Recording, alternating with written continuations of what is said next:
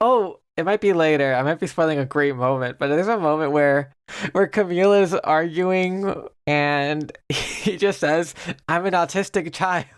No, I do remember that. Yeah, that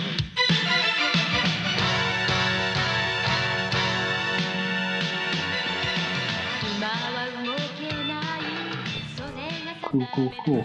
Okay, so to kick it off, hi everyone, welcome back. Um, so in the previous episode, we discussed the Mobile Suit Gundam compilation movies of the original series. In retrospect, maybe that wasn't the best decision in terms of seeing all the possible content that the original series could have granted us. But we decided to continue on to Zeta Gundam since we did get all the main story beats through those films. Yeah, I thought it was like the movies function. They work. They work surprisingly well. I don't know.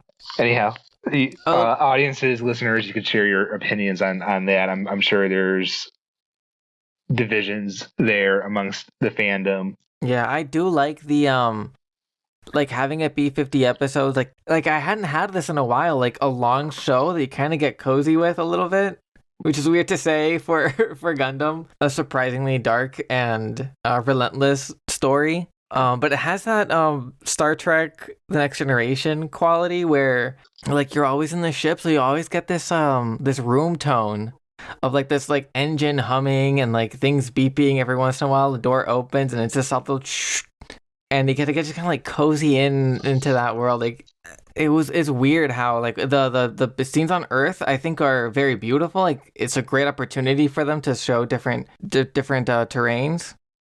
But then whenever they're back at the home base, whenever they're back on the Argama, is that the one they're on for most of it? Whenever they're back on the So they're yeah, let's get this right. Actually, so in space they're on the Argama, and then one on Earth they're on a different one provided by not the AEUG, but they're Karaba. yeah, that sounds right. That's interesting. All the factions in here, like it's an evolution of the Mobile Suit Gundam uh politics. They really like dig into like the political economy of giant space-wide hegemony and its resistance. Yeah, there's a diversity of goals and means that all these factions are getting at least for these first 20 episodes. Mm-hmm. I'm trying not to jumble the information from later episodes. We meet Anaheim Electronics, right? In this first batch. Yeah, the corporate investors of the resistance, right? Yeah, one of them beats the shit out of. One of them just destroys Camille. Yeah, he starts what they call correcting him in a rather brutal way. Was he even enlisted? Was he even I guess he wasn't enlistee at that point, which is why they're like, oh, we're going to start taking corrective measures now. Yeah, I think he was freshly like more officially inducted. Which is kind of that's an interesting mix on the original series because that always felt a touch more informal with Amuro and friends. Yeah. At least in those initial arcs. This is where I'll always be wondering, like Schrodinger's Mobile Suit Gundam original series. I'll always be wondering what details changed, but in the movies, it felt like they couldn't catch a breath, so there was no time to stop and like redraw their org chart or whatever. There were moments when Bright got promoted, or when Juan got posthumously promoted. I think the times at those stations, like Jabro, the one in South America, or their moon bases, I think that was probably more downtime and more side stories for these other characters that we might have missed out on. Yeah, there's probably room for that. It seemed like there were moments where people like let down their hair before quickly getting interrupted by, oh no, they're coming for Whiteface again. Yep. Oh, before we move on any further, this is Roberto, and I'm joined here by Corbin, obviously.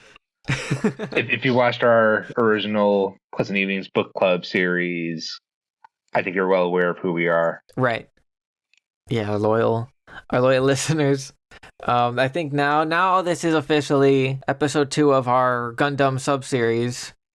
We don't have a good name for it yet. I like Char's Burgers, but Char. maybe as we start exploring different things like Blood Iron Orphans, that naming might be inappropriate. But Pleasant Suit Gundam. oh, I like that idea. Keeping in with the We're on brand. Mobile Suit Book Club or something. Mobile Suit Book Club. I like the sound of that.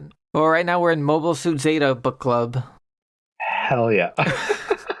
That's funny. Every series we cover has its own book club remix. I like that. Yeah, so Mobile Suit Book Club, that was our father's name.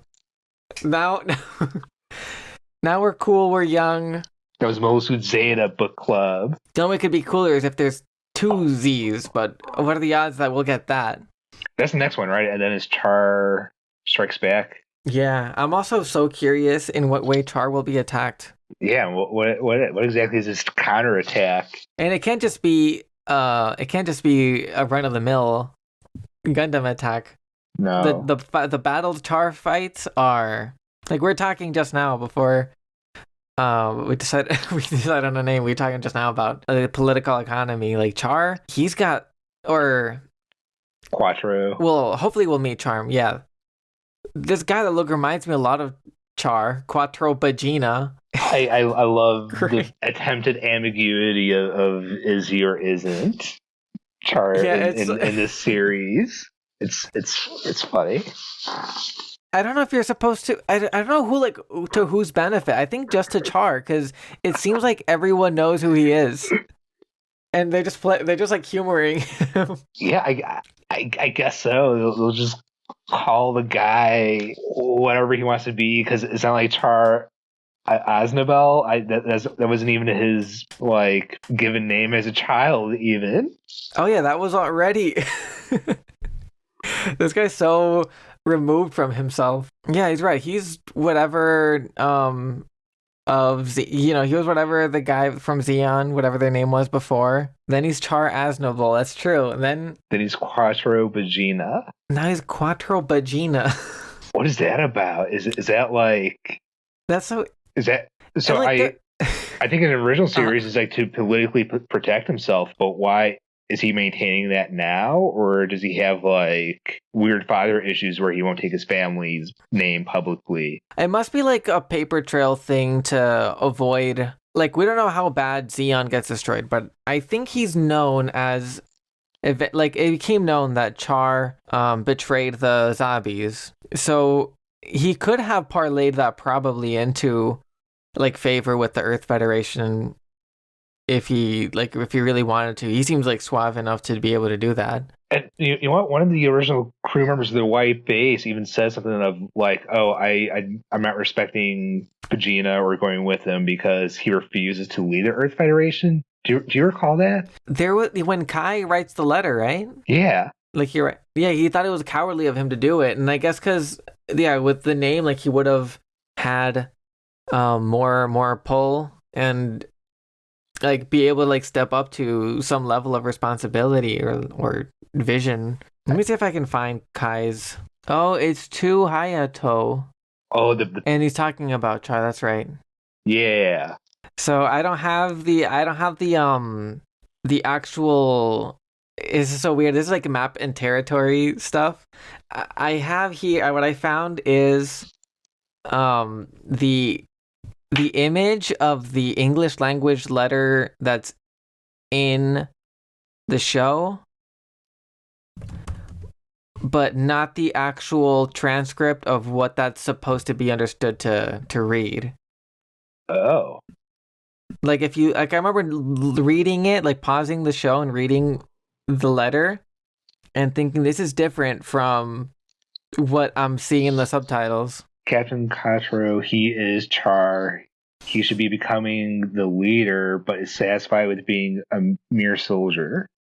I really don't like his attitude of escaping reality or escaping from reality. Yeah, that's different. So I guess the idea is still it's there. They went for the character stuff. They're not any of the political things. Just sort of like he's not showing his medal. he's happy being your standard mobile suit pilot.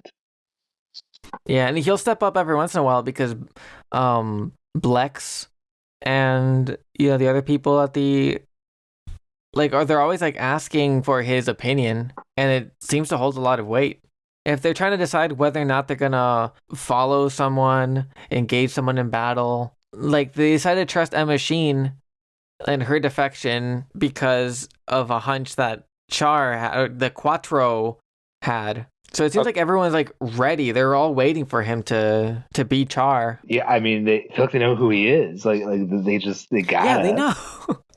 They bring it up even. I'm not sure who. I guess it's important to know who doesn't know. It's people who are... Camille figures it out because of new type stuff, I guess. He just seems to know somehow. And Hayato already knows. Blex, I think, knows. And I think because they'll talk sometimes oh, if there's someone who you are, then maybe you should be that person. That must be why they respect his opinion so much. But okay, for the rest of this recording, I'm referring to Vegeta as Char. I prefer that name. Yeah. They really, that's how they trust him. They trust his opinions on military matters. If he says we should attack, hey, let's go for that. And he says, call me Vagina. They call me 4 vaginas. How much pull do they need to have for people to go along with that? Because I think that's the freakiest name in the whole series. Blex is pretty weird, but Quattro Vagina... No, it's straight up, number 4 is the craziest name. I am number 4. Do you remember that? Yeah. That was a character. That was a really, really good remix, re-exploration of what that Lala character was. That was a really good use of that archetype. Who? 4. The 4 and 4. Lala connection. Yeah. Oh, I'm sorry. I thought we were still talking about Quattro because his name was Quattro. No, because I think 4 is probably the worst name to have. Right. That's even worse, yeah. Because at least you have the second T in Quattro. Oh, that's interesting. Yeah, 4, I guess, 4, there's some, there's some tragic backstory there that, her name is that because, her actual name and her memories were taken from her somehow by the Cyber Gundam, research facility. Titan faction or not? I guess they're different. Are they part of the Titan half of the Federation, or do you think they have their own unique? It felt like they had them on loan, they brought them over. But if we see them again, they might have their own motivations. Yeah, I think every once in a while we're just gonna get some freaky purple hair person. I dig it. I'm here for it. It seems like Titans are the main antagonist force. Yeah. Yeah, I guess let's just talk. It's a pretty cool show. There's so much to dig into, and it's nice to be able to sort of break it all down because sometimes you're just kind of watching, and the show jumps between I don't know, kind of moody introspection about the nature of humanity or war, and just sort of so the ships are coming from this area. It's a nice division between personal tragedy and navigating personal relationships, and then these fun, satisfying to watch space battles, explosions. Yeah. Oh man, the look of this show. I thought Mobile Suit Gundam looked pretty good for what it's clearly old looking, dated, whatever. It looks like a show from the 70s, a maybe more polished, speed racer or something. I liked the the hatching. Whenever they would draw shadow, sometimes you could tell it was roughly done by hand, and it had a lot of impact. But here the mech designs are so much more squared off and mechanical and shiny, and you feel the metal of them. You can tell that's Gundamium that they're made out of. Do you have a favorite model? Right now, not to be basic, but the Mark II actually does look pretty cool. I dig the Rick Diaz. The Mark II is also sick. I don't know. They're all well designed, but The Rick Diaz, I like that it has this that it can do different things with its fingers. Yeah. So that when it comes, like you can, I don't know, you see like that it's capable of something else. Like when Char has the gold one, I don't know, it's kind of cool in a flashy way. But I don't get a sense of how it's better. And maybe they try it to look like it's faster, but it seems like whether it's the Rick Diaz or Char's golden one, it doesn't affect the outcome so much. No, aesthetically, I prefer that first initial red one that he was working with. It's sleek, and honestly, it seems. Yeah, that like eye on the head. Yeah, it seems. I don't know. Like it might be a little bit more capable than the Gundam Mark II is. Maybe. Yeah, I mean, it has more functionalities, and I guess then someone else ends up using the Rick Diaz mostly after Char. Yeah, it gets switched around between Emma or Defa pilot. No, Is it Rikoa? Raquel. I think she piloted it. Yeah, yeah. I don't know, it just passes hands. I think at one point Katz steals the Rick Diaz, right? I thought Cat stealed the Mark II. Oh, is it the Mark II he stole? Yeah, and then I think at that point it was Camille piloting the Rick Diaz. Oh. Yeah, but I think what I was gonna say about the Rick Diaz is that when Char's piloting it, you can't have him be fucking up. No, He's the best at Mobile Suit. he's really good at piloting those Xeon or anti-Earth space noid models specifically. That's another thing I wanted to that I want to get into, the echoes of Xeon that there are. Because I would guess that I guess I don't talk about it, but I would guess part of the reason why Char is going Quattro Bagina mode is if there's anything left of Xeon. I think there's maybe one voiceover that's saying that they're there, by the way. They're working on stuff. I wonder how closely aligned they'll end up being with the Titans. Yeah, you would think that Earth being their traditional enemy, like they could. I don't trust them to go to team up with the AUG. No, but pockets of Xeon that may have been more Zabi inclined. The factions that seem to circle themselves around Char. Yeah, that's interesting. So, depending on like how their internal politics shakes out, like Char could have like a target on his head. Yeah. God, so much depth, so much political depth from some cartoon in the 80s. I never would have expected. Right. The other bit of Xeon Echo is the Rick Diaz. And I think some of the generic mobile suits that they'll have in the battles, like the Rick Diaz uses Xeon technology, right? Yeah, but then it's weird because the Titans are piloting those Hyzax usually, which I thought was Xeon tech too. Yeah, they look just like the generic ones from Mobile Suit, not just like them, but like they had that the spiky shoulder. Yeah, Zaku. That's what they with. Yeah, that's what they are. They look like Zaku. And yeah, I think in Zeta they're called Hyzax, and then in the original they were Zaku's. Yeah, but either way, like I don't know. That makes me think like, okay, so like after the siege of Baoku, there must have been like a little bit of Operation Paperclip happening with the Federation.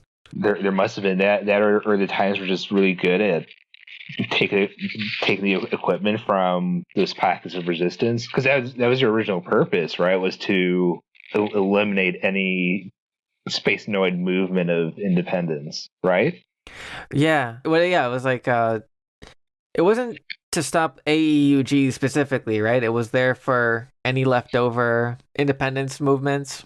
Yeah. That's so brutal. God, that space station that they visit pretty early on, where they did chemical weapons. Yeah.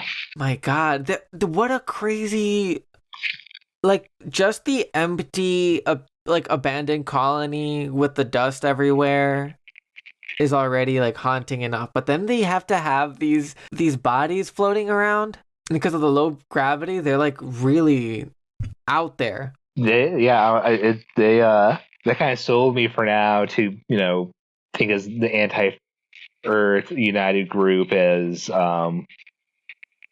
definitely be the pro tags. That was a powerful moment, though. That was really like that's an interesting thing. It's like a never forget kind of monument. Yeah, it's crazy that they would just leave that there. It seemed like they were talking about it like it happened long ago. When would that have been? That's been after the 1 year war? Yeah. Or before? It would have been after.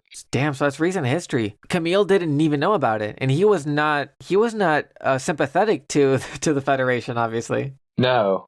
At least before that point, there was some moral ambiguity. No, I guess before then, even they killed his parents. It seemed like the reason he left was just he was sort of. Why did Camille leave the Federation? Was it just the Titan presence in this colony? He was just done with being in the situation of capture and occupation. They give him a lot of shit too. Speaking of people that don't quite like their names or weird names, Camille has quite a bit to navigate. Unfairly too. I think it's a good name. Yeah, when I think of Camille, I just see him. Like I've gotten used to his name very quickly.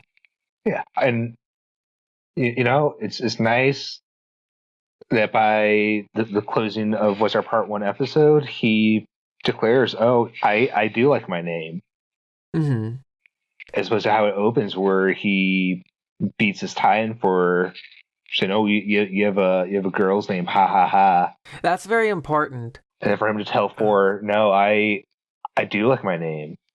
Yeah. So he's from the generation. I mean, from the Federation. His parents are like very actively involved in Federation politics and war. And he like rejects them wholeheartedly, but he stands up for himself. So it's different from like a self-hating thing, like, oh, if I wasn't from the Federation, oh, if I wasn't Camille, oh, if these were my parents. It's like, fuck you, mom and dad. And in a very teenage way, but in a way that's also, I think, kind of healthy. It's a good fight. Camille's fighting a good fight to be had. I mean, because frankly, his father was complicit in quite a bit of what was going on. Yeah, they topped Amuro's dad. They needed to make everyone extra, I guess, to get you to switch sides from Federation being the good guys of the first one. Like they have to like right off the bat like remind you, like let you know about the dark hegemony of the Federation. Which I guess was present even in the original. I mean, it's pretty awful to force what's a teenager to not only risk death but to become what's really a brutal killer. Yeah, multiple teenagers.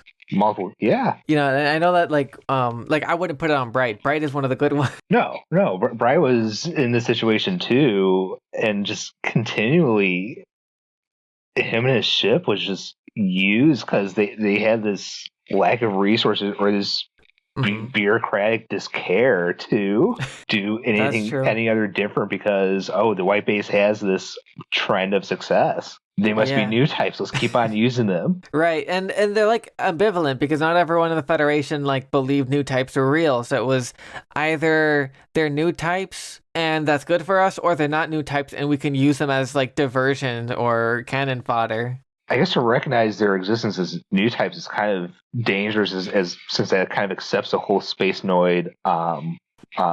Right, the idea that like space noids are not supremacy, but the space noids are like distinct, worthy of independence from the Earth sphere and its pollution and politics. Yeah. Because it seems like, well, I mean, with all the technology, it's so heartbreaking. Because, like, with all the technology available to be able to go across space and time, it doesn't seem like they have any trouble with, like, food. Like, once they have space available to you, even, like, I don't know if that's... I know you have to be careful about it, but it seems like even pollution is, like, not even a problem if you don't want it to be. Like, you just, like, pick an asteroid somewhere, and that can be your dump. But, like, whatever, like, all the Gundams run on fusion. Like, there's no need for it not to be like a post-scarcity utopia where like every place can just work as an independent node. Yeah, and that's another Go linkage right there. Oh yeah, so I don't think we were on pod when allowing to be a constellation. Yeah, so for some context to listeners, I had recently gotten into the East Asian board game, a strategy game called Go. I got into it around the same time as Gundam, and I could not get this connection between them out of my head. I guess I could read off the quote here. Oh yeah, it's a pretty good quote. Yeah, go ahead and... All by itself, a Go piece can destroy an entire constellation. Chess piece cannot, or can only do so diachronically. Chess is indeed a war, but an institutionalized, regulated, coded war, front, or rear battles. What is proper to Go is war without battle lines, with neither confrontation nor retreat. Without battles even, pure strategy, whereas chess is a semiology. Finally, the space is not at all the same. In chess, it's a question of arranging a closed space for oneself, thus going from one point to another, of occupying a maximum number of spaces with the minimum number of pieces. In Go is a question of arraying oneself in an open space, of holding space, of maintaining the possibility of springing up at any point.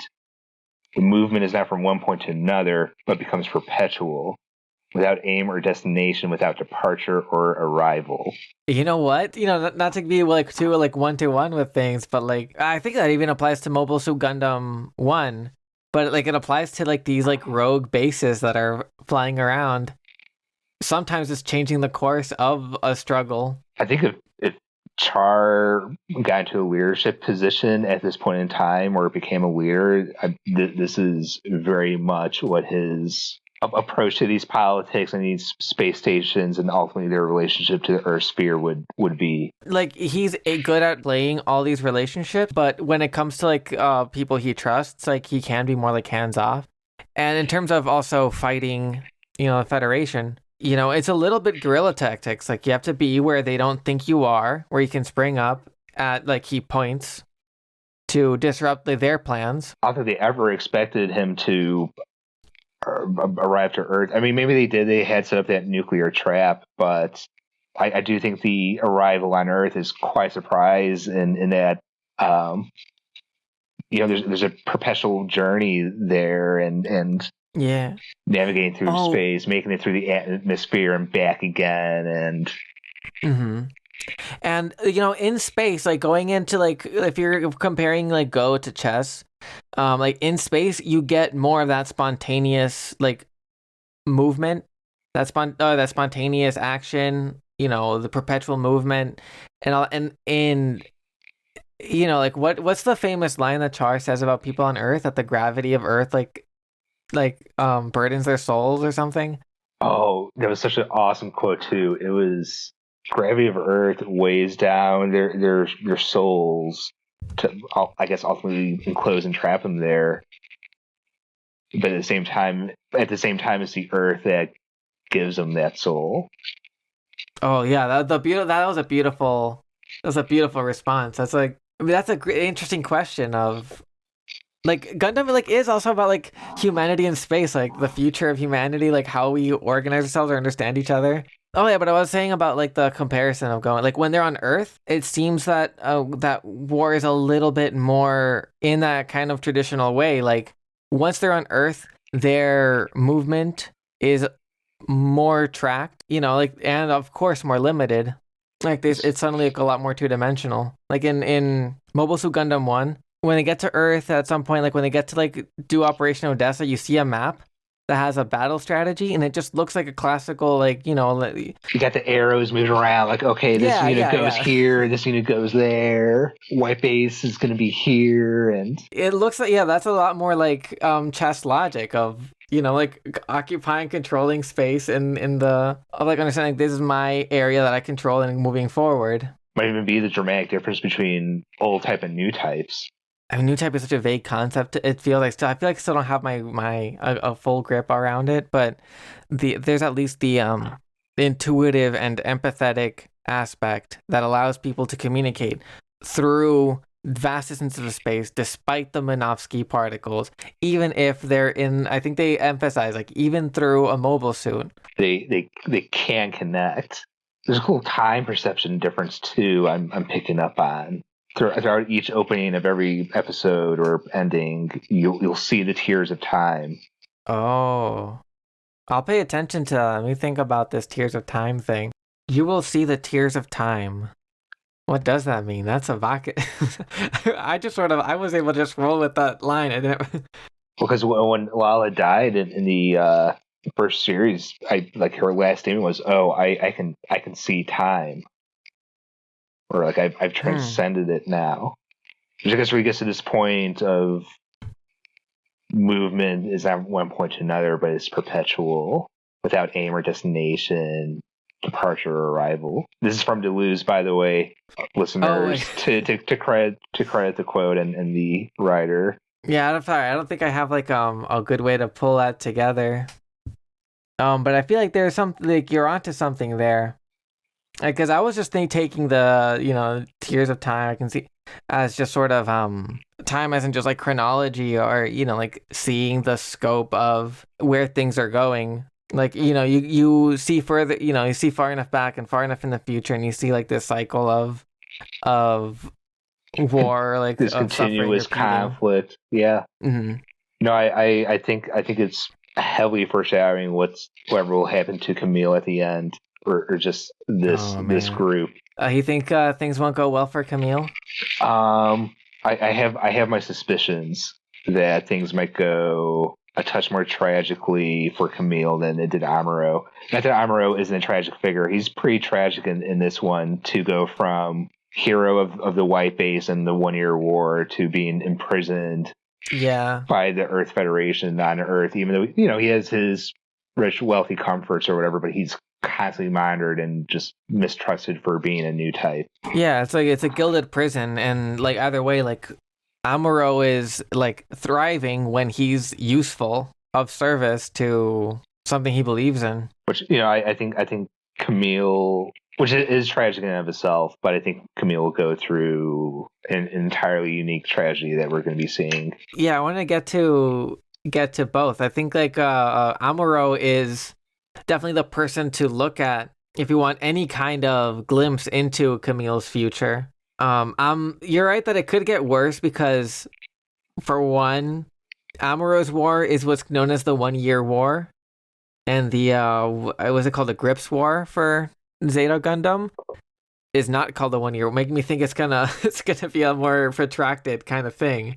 Plus, Amuro wins, and and he becomes a hero of the Federation. Like everything that happens afterwards, what the Federation becomes or reveals itself to be, or whatever you want to say about that politically, he gets to suffer in comfort. Like, even now that I'm thinking, I'm going a little further.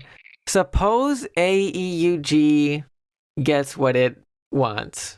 At the very least, there'll be some like catastrophic destabilization. Yeah, there people will suffer. So if the AEUG loses, Camille is screwed. If they win, like, it's maybe exciting, maybe growing pains for history or whatever. But the status quo ends, but because the status quo ends, there's a whole lot of new things to navigate there. So, like, what we can't see, and I'm just talking about, like, besides I think we can get into, like, the character stuff of, like, how Amuro carries the war with him, and, like, how that might affect Camille. Like, if he finds some kind of peace either way, like, how's the war gonna end up having affected him? But, yeah, like we were saying, like, politically, like, it's... things are very up in the air for him, or physically, things are very up in the air for him. But like, moving on to like psychically, I guess. Amuro has the moment in Metal Gear, in Mobile Suit Gundam. I'm always like MGS, MSG. Amuro has that one moment when I think it was maybe like down the middle of it. I think it was in the second movie when he's like kind of like in this PTSD trance, like the TV's got like dead channels, static, and his eyes are white. Yeah. He's had to deal with like this kind of like exhaustion in war. Like Camille, okay, yeah, his parents died in front of him, and He'll never see his hometown again and all that, but he hated all that anyways. Now he's at the Argama and piloting the mobile suit he stole and coming into his own, being useful, being growing into it. I think it's really cool how they show that no one's first go in a mobile suit ever goes well, really. No, there's always Like a learning curve, right? yeah. That's so cool. I love, like, it feels real in ways that really help. By the way, like, he gets better and better at it. They keep saying he has potential. Like, he's like Amuro. His new type potential is growing. I wonder if he's a new type. Frankly, Amuro class. Oh, I don't know if there's tiers, but like at least by the time we get to his relationship with 4, he's new type for sure. I'm looking at the show too, like, what a good looking show. I love the way space looks. I love all these people are so beautiful, all these handsome generals. You're watching the HD version, aren't you? Right? I think I'm mostly watching the Fat Man versions. I am for the sake of that opening. I like it quite a bit. Yeah. That goes off. Erin admitted that she hated it, though. It reminded her too much of karaoke. Oh. But wouldn't that be so fun at karaoke? I would dig it. I don't know. That's part of the reason why I dig it, though. It has that old... Yeah, it's that 70s, 80s thing. Because the HD version, I find that classical music a little bit more generic. Yeah, it is like incidental music from the show, but it doesn't hit the same way. It also doesn't get you excited.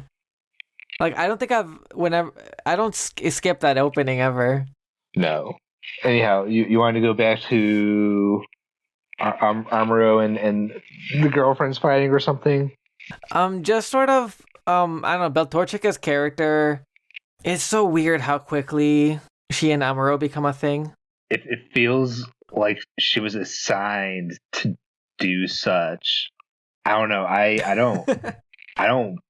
don't trust her. You mean like assigned by the show, or like by, I don't know, the Federation? Like she's using some kind of new type ability to like get him motivated again or something. I think she's a cyber new type.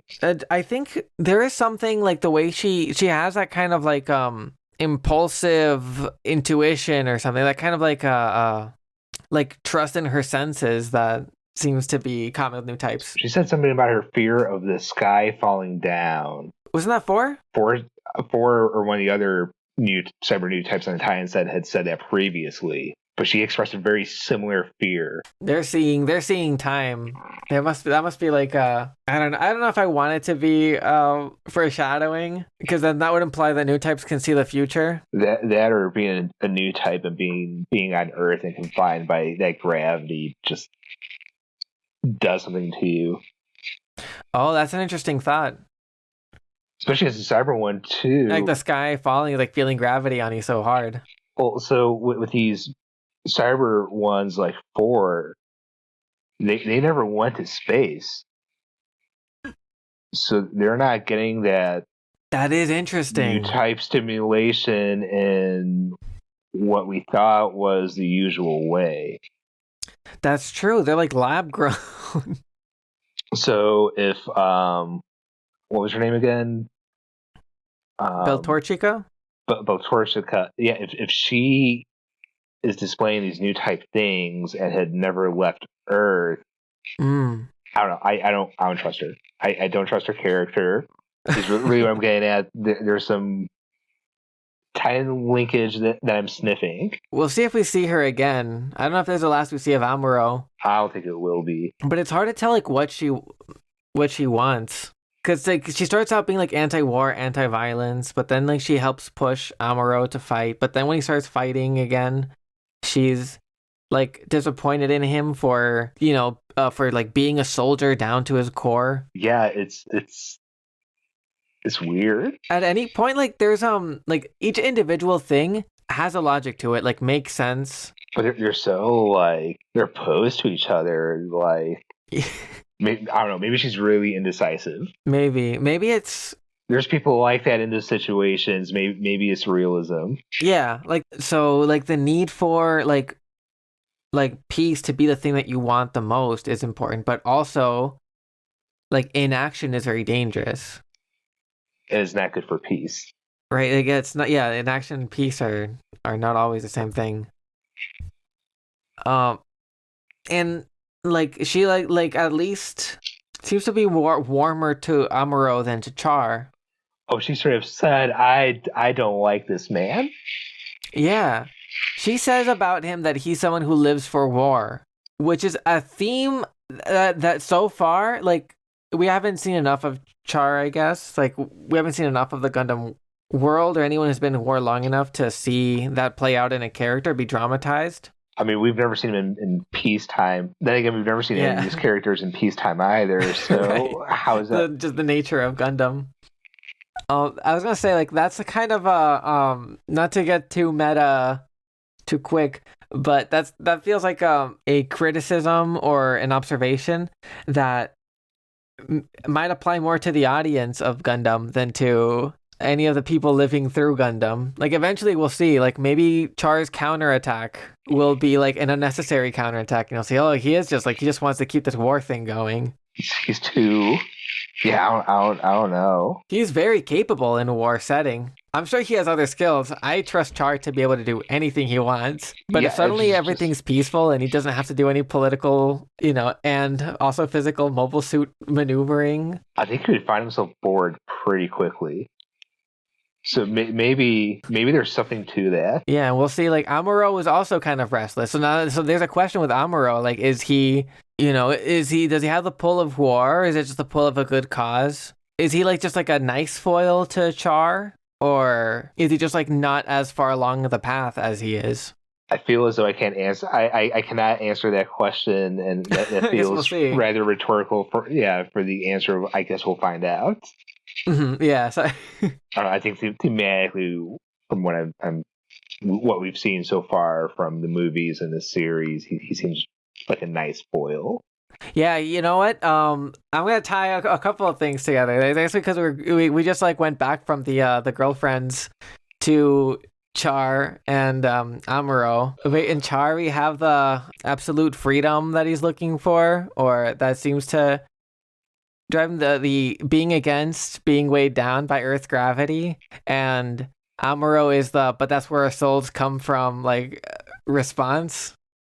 Yeah, that's exactly what their dichotomy is, or their the two sides of like the new type of the potential of humanity. One is this is our origins, and the other is let's keep on going. I mean, gravity is such a cool metaphor. Like, is it like something that like grounds you?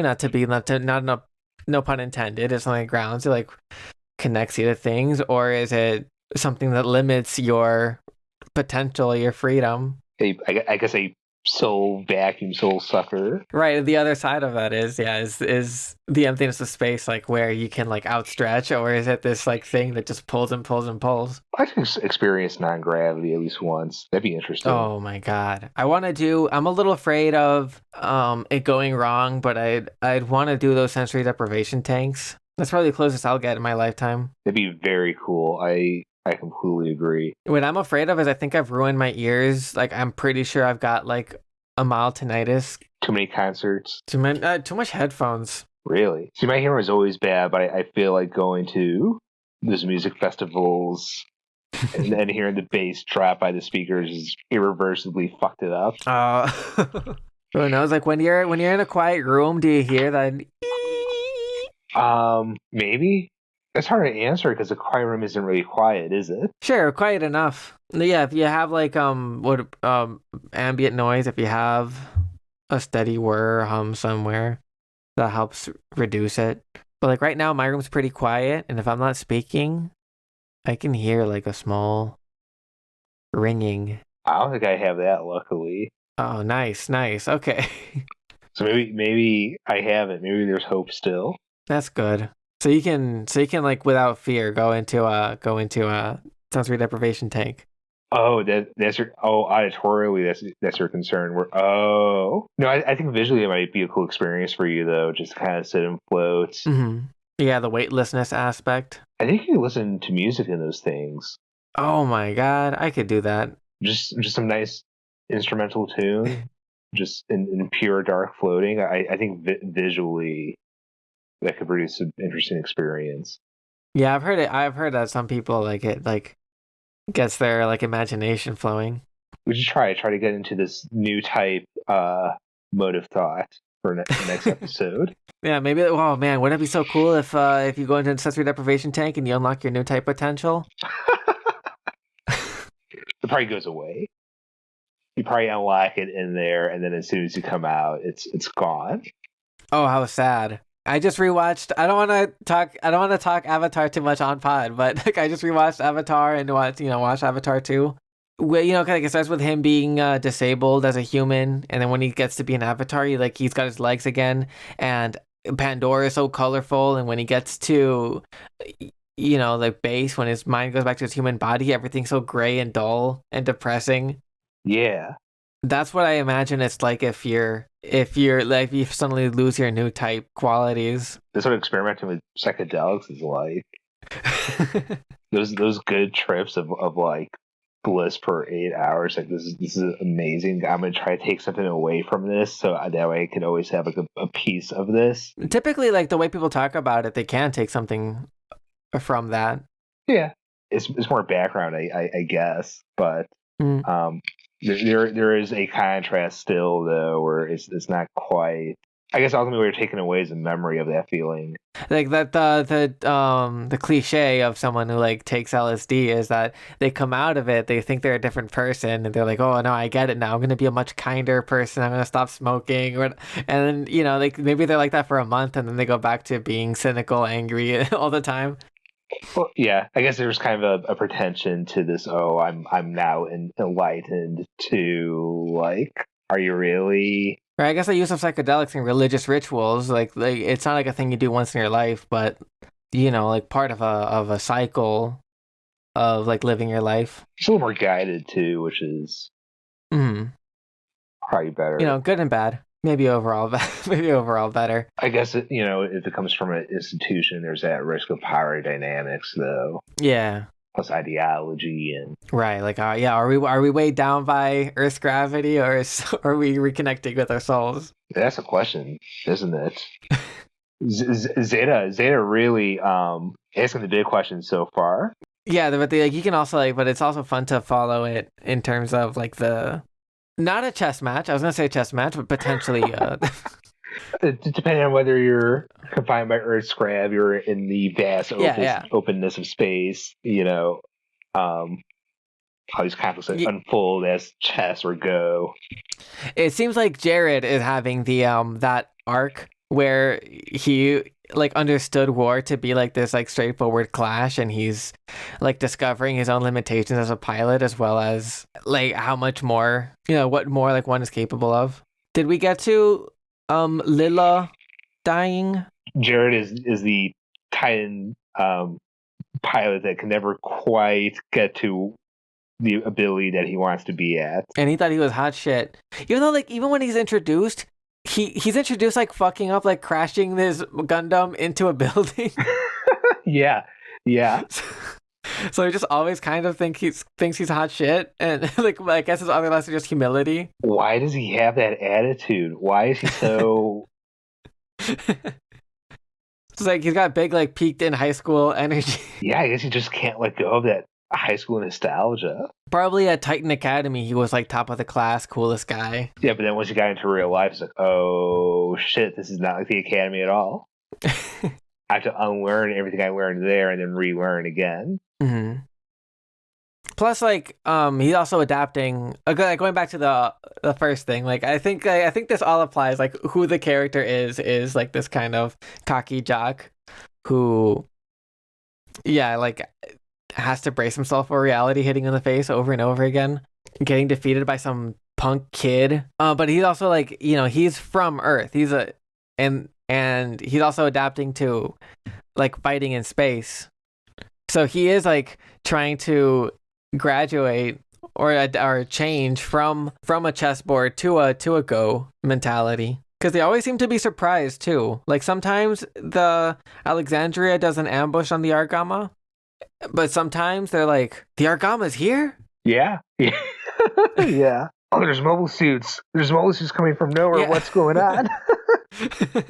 So it is like things are a lot more unpredictable up in space. Oh It's yeah. really interesting the With those particles floating around all over the place. those damn Minovsky particles. How annoying. How annoying that must be if you just want to be a businessman. You want to do trade with Jupiter, but there's war happening on the moon. Like how disruptive. It is, and you obviously don't have internet up there. Right. Can you imagine, like, allowing technology allowing you to be so interconnected, and then all of a sudden, Minovsky nope, particles. nope, can't do that. And that probably contributes to anti-Federation sentiment.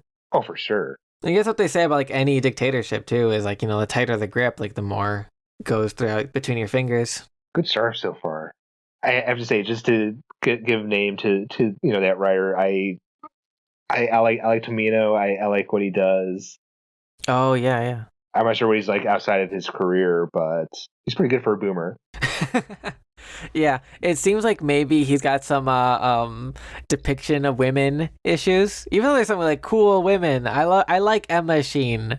I like Rekoa. She seems cool. I liked when Leela just beat up on Jared. I mean, they're tough and they have agency. Yeah, like they have ideas and like capabilities. But like outside of like when they're like being professionals, I don't know, like 4 is an interesting character for the they stole my memories. I wanna find out who I am, and I feel like my only connection to who I am is being held hostage by this thing, by this organization. And when she starts making she has a full arc. She starts making new memories with Camille, and they're very valuable to her. And like they open up like possibility of future being more important than whatever past was taken away from her. It's kind of tragic because she finds that out just like a little bit too late. So all she can do is sacrifice her life instead of live towards the future with that knowledge. Because she could have escaped with them if it was earlier. She could have taken the Psycho Gundam and gone away with Psycho Gundam. Also, great name. No notes. I like how just larger than life. It like you think these usual Gundams are pretty large, but Psycho Gundam it destroyed New Hong Kong completely, and it doesn't even fit inside the ship. They have to lug it around on this tow rope. Yeah, it's like overkill. Like it happens to be the hugest one, like in a place where like being huge can only cause problems. And like also like from a filmmaking perspective, like where it really counts, because if it's like huge but you're in space, how often do you get to really show scale? But this happens to be huge in a city, so you just get this like Mecha Godzilla event. It's crazy that I understand from the filmmaker's perspective what you're saying, that they're able to capture that larger than life effect, but it is funny that narratively they're confined by gravity and they decide, oh, we're gonna build a Psycho Gundam thing here. Yeah, maybe it makes sense on I don't know, as a big tank or something. Totally fucked up New Hong Kong. Like it seems like kind of unstoppable.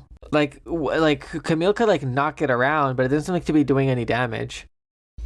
It really felt like without 4, it was over. The 4 interfering. Luckily, there's plot armor. Yeah, and plot. I don't know what's the opposite of plot armor. Plot dagger. I feel like if you have a whimsical, ethereal woman in a Gundam show, she's gonna sacrifice herself for one of the protagonists. 2 for 2 so far. Yeah, I don't know if it counts as fridging, but like Leela happens to die just to give Jared like pathos and motivation. I don't know what the fuck she sees in him or saw in him. Yeah, potential. We'll see. He could be a good antagonist if he figures it out. How does he get out of when they're escaping from Jaburo, from like the nuclear trap they set? Yeah. Then he escapes. Like he that's so fucked up. He like kicks people off the ships they could get on, like leaving them to die of nuclear explosion. Yeah, that was crazy. He threw people literally out of the doorway. They're already on the plane, and he throws them off. Like I get the circumstances. It seemed like it was it was very them or me kind of thing, but it's still like not a very heroic look. It's very, you see him like that's a very low point to see him in. It's very normal person behavior. I honestly, like most people would do that. Mm-hmm. Oh, there's a nuclear blast. I got to get into this fucking thing and continue living. Yeah, I understand. But how does he? What happens to those? I guess they're POWs. What happens to them? I think Charter decided, oh, we're going to take you with. Are they still there? As of episode 20, are they just hanging out there? Did they get unloaded somewhere? I guess they loaded in New Hong Kong or something. I have to go back and see, or maybe it comes up later. That or in I guess at the museum maybe. I mean that's clearly where they have some control for prisoners of war. Mm-hmm. Despite this never revisited again. Yeah, if they have that, you'd think it'd be like a bargaining chip for them. It depends how high ranking they are. Otherwise, they're just earth grunts. True. I'm really blanking out on what happened to those POWs. I think it's never mentioned again, so it's fine to blink out, I guess. Okay. Maybe it's more of a criticism to the show in handling of every single circumstance. I guess they can continue on every single arc. It just made sense that, okay, if they have that and there's going to be these people, then they're not going to leave them behind. Like, but they were really interested in that as a plot line. I thought that was going to, like, totally change things at first. I was like, oh, and now, like, in the in-between sections when they're on the ship hanging out, or when random characters are fighting or flirting or something, or are we going to start seeing more of the Federation soldiers? Oh, that's interesting. That would have been cool. They never went that direction. Yeah. I'll keep my eye out for, like, possible prisoners or possible, like, Earth Federation people present on those ships. Yeah, maybe we'll start seeing them, like just, like, in the background, or they're just in a hole somewhere. No, maybe just...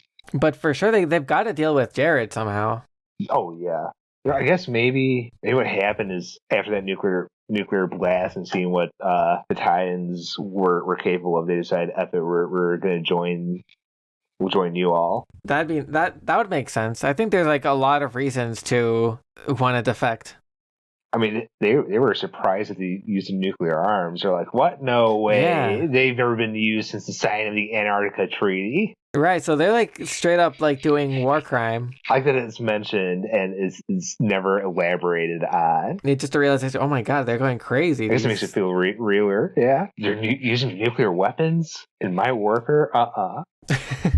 It's brought up in the same way that the Zeon would sometimes say, oh my god, child soldiers? The Federation's just always, they don't have scruples. No, I guess not. We should have known. What else can we hit up? Oh, Hathaway makes an appearance. Yeah, then who was Hathaway? Was someone's kid, right? It's Bright Sun, yeah.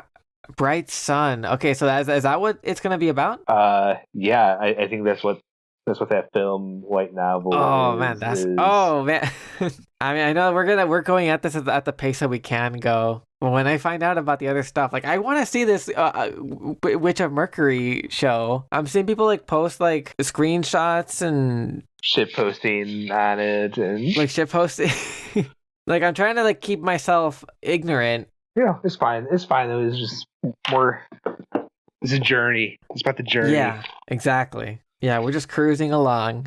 Do you want to start calling it a night for right now? Is there anything else you wanted to hit on this first section before starting plan for future Gundam discussion? I mean, we hit up every major arc, I think. Oh, it might be later. I might be spoiling a great moment, but there's a moment where Camille is arguing and he just says, "I'm an autistic child." No, I do remember that. Yeah, that was... It really preempted. It saved me from ever making any, like, new type, neurotypical puns. Yeah, because neural normalcy is overrated. Who wants to be an old type? I guess Camille was I don't know. I'm not going to touch that. I don't know if that was, like, a translation thing. Who says that about themselves? Unless they're talking about their actual autism. Why would you say that? What spurred that? I mean, I guess it was the argument and just his general struggle with relationships. Yeah. So. But, yeah, that was a line. Like I have the screenshot. I have that in my phone now. Camille. Camille's fucking. He's awesome. I don't know. He's great. I like him. Yeah. I know I imply a tragedy, but I do hope for the best for him. Yeah. Now that you mention it, he does seem to be, there's some growing pains, of course, but he seems to be adapting pretty well. He seems to be coming to things are going suspiciously well for him. He seems more stable in this situation than Amuro was, but Amuro started out better. I don't know. Yeah. Yeah, that's an interesting point. Like they say that people like with ADD tend to be a lot more in control in crisis situations. Like something about like I don't know, like people describe it in different ways, but like the internal chaos that could be like the executive dysfunction in ADD gets like soothed when there's like an immediate problem to deal with. So like in a high stress crisis, apparently like I don't know where I saw that people with ADD like tend to like maybe it's because like they're like dealing with it all the time. Where the environment is matching what's going on. Mm-hmm. That's interesting. Yeah, like so that's interesting. Like I didn't put that together until you said it. Yeah, like Amuro was like a well-adjusted kid. Like they didn't do it in Gundam times, I guess, but he seems like the type of kid to wear a Letterman jacket and like go to the drive-in movies, like very like idyllic. Could wonder, really. I mean, he looked like the straight A student, but also the athlete. Yeah, and Camille, he's a little different. He's not like the rest of them. He's edgy. He's got some anger. His family life is not stable. His home is occupied by a paramilitary force. There's a macabre way in that enlisting in a war was a positive adjustment for him. He seems to be better off than before. Which, for now, generally speaking, I find concerning. Yeah. Oh, we'll see. I'm excited to watch more of this Gundam. So at some point we'll do the next chunk, the next batch of Zeta Gundam episodes. My aim is to probably finish by January we could base our decision. Yeah, because else we could just do the rest of the show. We just make this a duology, and because we have a lot of Gundam to get to anyways. We'll see what fits best. Yeah.